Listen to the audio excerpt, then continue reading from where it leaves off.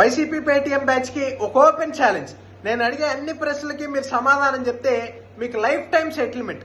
EVM tampering అన్నారు కదా, 2009 ఎన్నికల్లో మొట్టమొదటిసారి ఈవీఎంలు ప్రవేశపెట్టినప్పుడు వైఎస్ రాజశేఖర రెడ్డి గారు కూడా ఈవీఎం ట్యాంపర్ చేసి ముఖ్యమంత్రి అయ్యాడా? 2019 ఎన్నికల్లో జగన్మోహన్ రెడ్డి ఈవీఎం ట్యాంపర్ చేసి 151 సీట్లు సాధించాడా? ఇక రాహుల్ గాంధీ గారు ఈవీఎం విషయంలో మోడీ గారిని విమర్శిస్తా ఉంటే జగన్ ఎందుకు చంద్రబాబు అంటున్నాడు? అంటే మోడీ గారి పేరు ఎత్తితే ఎక్కడ బొక్కలో దోసి ఊచలు లెక్కెట్టిస్తారో అని భయపడుతున్నారా? సోనియా గాంధీని ఎదిరించాడు మా అన్న మగాడని చెప్తారు కదా మీరు, మరి ఆ మగ మహారాజు మోడీ గారిని చూసి ఎందుకు భయపడతా ఉన్నాడు?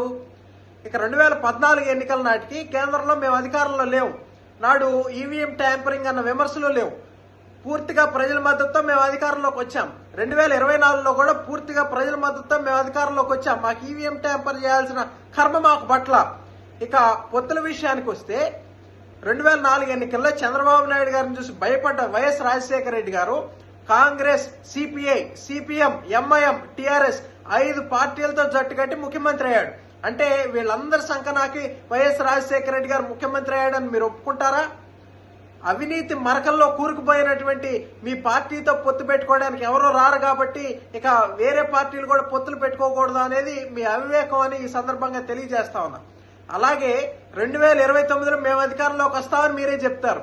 తెలుగుదేశం, జనసేన, బీజేపీ పొత్తు ఉండకూడదని మీరే చెప్తారు. అంటే ఈ రెండు జరగని పనులు కాబట్టి వైఎస్ఆర్ కాంగ్రెస్ పార్టీ శ్రేణులంతా కూడా కానీ అంటూ కూర్చోండి అని కూడా ఈ సందర్భంగా తెలియజేస్తా ఉన్నా.